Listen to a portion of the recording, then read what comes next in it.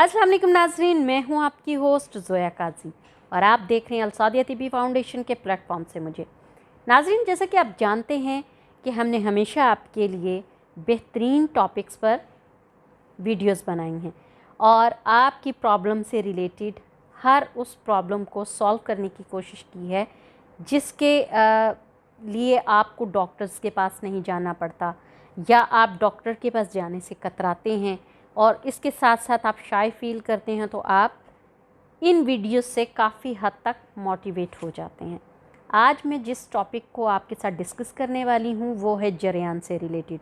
अच्छा, जरियान एक ऐसा सफ़ेद मादा होता है जो पेशाब के ज़रिए रफ़ाई हाजत से पहले या बाद में ख़ारिज होता है।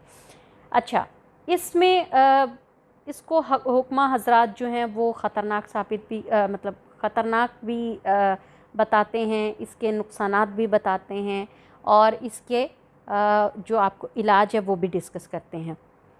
अच्छा, है तो ये एक जिनसी बीमारी, ये इंसान को इंटरनली वीक भी करती है, लेकिन जो इसके साथ मफरूज़ात जोड़े जाते हैं, मफरूज़ा मतलब कि मन घड़त कहानियाँ जो जोड़ी जाती हैं कि जरियान के साथ ये होता है तो वो होता है, उससे मैं आपको बता दूं कि कुछ जो नॉर्मल से नीम हकीम जिनको आप कह सकते हैं वो इसको मफरूज़े में किस तरह से लेते हैं, तो वो मैं आपको बता दूं। उनकी जो मफरूज़ात होते हैं, गलत फहमियाँ जो उन्होंने लोगों में फैलाई हुई हैं कि जरियान से सबसे पहले जी दिमाग कमज़ोर हो जाता है, पढ़ने को दिल नहीं करता और अगर पढ़ भी लिया जाए तो फिर वो याद नहीं रहता, मतलब याददाश्त कमज़ोर हो जाती है, इससे नज़र कमज़ोर होती है, फिर असाब कमज़ोर होने लगते हैं, तरह तरह के खौफ तारी हो जाते हैं और मतलब जिसे कहते हैं वहम की बीमारी वो हो जाती है। ज़रा ज़रा सी बात पर घबराहट तारी हो जाती है, दिल धड़कता है, आंखों के आगे अंधेरे आ जाते हैं। ये मैं आपको वो सारी चीज़ें बता रही हूँ जो कि उन नीम हकीमों ने फैलाई हुई हैं लोगों में अफवाह। चुस्ती चालाकी ख़त्म हो जाती है जी, चेहरा बेरौनक हो जाता है। इट्स नो डाउट कि चेहरा आपका बेरौनक तो होगा ही डेफिनेटली। जब आपको जरियान की प्रॉब्लम इस तरह से रहेगी, आपको वीकनेस फील होगी, तो आपको थकान की वजह से वो आपके चेहरे पर थकावट सी आ जाएगी। लेकिन इसका मतलब हरगिज़ नहीं कि ये जो पिछली बीमारियां मैंने आपको गिनवाई हैं ये सारी की सारी हावी हो जाती हैं या इसका जरियान से कोई कनेक्शन है। हाँ, इसमें जो आपकी बॉडी है वो सुस्त हो सकती है, वीक हो सकती है, आपको मतलब चक्कर से आना फील होंगे, ऐसी कुछ हो सकते हैं। इतनी हाई फाई बीमारियां नहीं हो सकती। हाँ, बदन में लागरीपन आपको फील होगा, आपका मतलब भूख प्यास आपकी कम हो जाएगी, लेकिन ये जो हाई फाई बीमारियां आपको बताई जा रही हैं ये नहीं होंगी। जैसे कि किसी काम को दिल नहीं चाहता, जाहिर है बंदा सुस्त होगा तो कैसे दिल चाहेगा किसी काम को। सुस्ती में बंदे का हमेशा एक ही दिल करता है कि मैं पढ़ा रहा हूँ, और वो पढ़ा रहता है।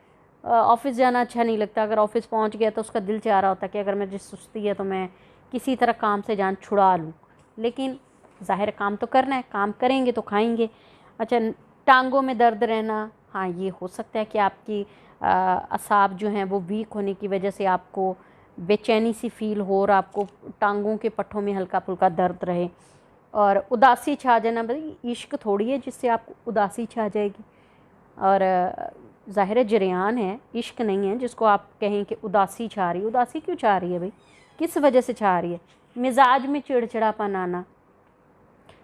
चिड़चिड़ापन आपका उस सूरत में आ सकता है कि जब आपकी सेक्सुअल नीड पूरी नहीं हो रही, आपकी नींद पूरी नहीं हो रही, आपकी जो अंदर का खालीपन है वो पूरा नहीं हो रहा, तो आपको चिड़चिड़ापन आ सकता है। इस वजह से नहीं आ सकता कि आप बिला वजह इसको हाई फाई बीमारी का नाम दे दें। एहसास कमतरी तारी होना, ये कहा जा सकता है एहसास कमतरी तारी होना, कि अगर आपको इनके इस तरह का कोई प्रॉब्लम आ जाता है, वीकनेस आती है और आपकी शादी है, जरियान की वजह से आपकी मतलब टाइमिंग में असर हो रहा है, वीकनेस फील हो रही है, तो आपको एहसास कमतरी हो सकती है कि हाँ भाई शायद मेरी मिसेस कंप्लेन ना कर दे, पता नहीं मैं अच्छे से कर भी पाता हूँ परफॉर्म, कंतरी थोड़ी बहुत इसमें आ सकती है। अच्छा, किसी के साथ आंख से आंख ना मिलाकर बात करना, भाई क्यों आप किसी के साथ आंख मिलाकर बात क्यों नहीं कर सकते? इसमें तो कोई इतना बड़ा वो इशू नहीं है कि मतलब दूसरे को तो नहीं पता ना कि आपको जरियान का प्रॉब्लम है, क्यों बात नहीं आप दूसरों से कर सकते? ये वो मफरूज़े हैं जिनको हम लोगों ने मन घड़त बना के अगले बंदे के जहन के साथ खेलने की कोशिश की है। अगले के जो अगले बंदे को हमने मेंटली टॉर्चर करने का कोई तरीका नहीं छोड़ना। और ऐसे जो हकीम जो मेंटली टॉर्चर करते हैं, इंसान सम टाइम तो ख़ुदकुशी पर आमादा हो जाता कि मुझे सुसाइड कर लेनी चाहिए। तो काइंडली अपनी दुकान चमकाने के लिए दूसरों की जहनीत से ना खेलें, दूसरों के दिमाग से ना खेलें, उनके जो एहसासात हैं, उनके जज्बात हैं, उनसे ना खेलें। उनको क्लियरली गाइड करें। भले पैसा कम मिलेगा लेकिन दुआएं बहुत मिलेंगी। तो कोशिश किया करें अपने को उस स्टेज पर रखें जिसमें आप लोगों के काम आ सकें, ना कि आप लोगों को इनकम का ज़रिया बना सकें। उसकी जो वहम है उसको तूल ना दें आप, उसको एहसास कमतरी में मुब्तला ना करें कि वो मजलिसों में बैठना छोड़ दे, उसका ख़ुद पर से कॉन्फिडेंस लूज़ हो जाए। तो ऐसा कभी कुछ मत किया करें, क्योंकि ये दूसरे इंसान को मार देने वाली बात होती है और आप एक जुर्म में बराबर के शरीक होते हैं, एक गुनाह में शरीक हो जाते हैं। क्योंकि दूसरों को ज़िंदगी ऐसे ही है जैसे कि आप अपने लिए दुआओं का मौजब बन रहे हैं। तो ये दुआओं का मौजब बने ताकि लोग आपको दिल से दुआएं दें। अर्निंग भले कम होगी लेकिन सवाब बहुत मिलेगा और दूसरे लोग आपके लिए दिल से दुआएं करेंगे और हो सकता है कि वही आपकी अर्निंग का ज़रिया बन जाए। तो अपने आप को खुश रखें, दूसरों को खुश रखें, दुआओं में याद रखें। काइंडली हमारे चैनल को सब्सक्राइब करें, लाइक करें, बेल आइकॉन का बटन दबाएं ताकि आपको ऐसी इन्फॉर्मेटिव वीडियोस मिलते रहें। अल्लाह हाफिज़।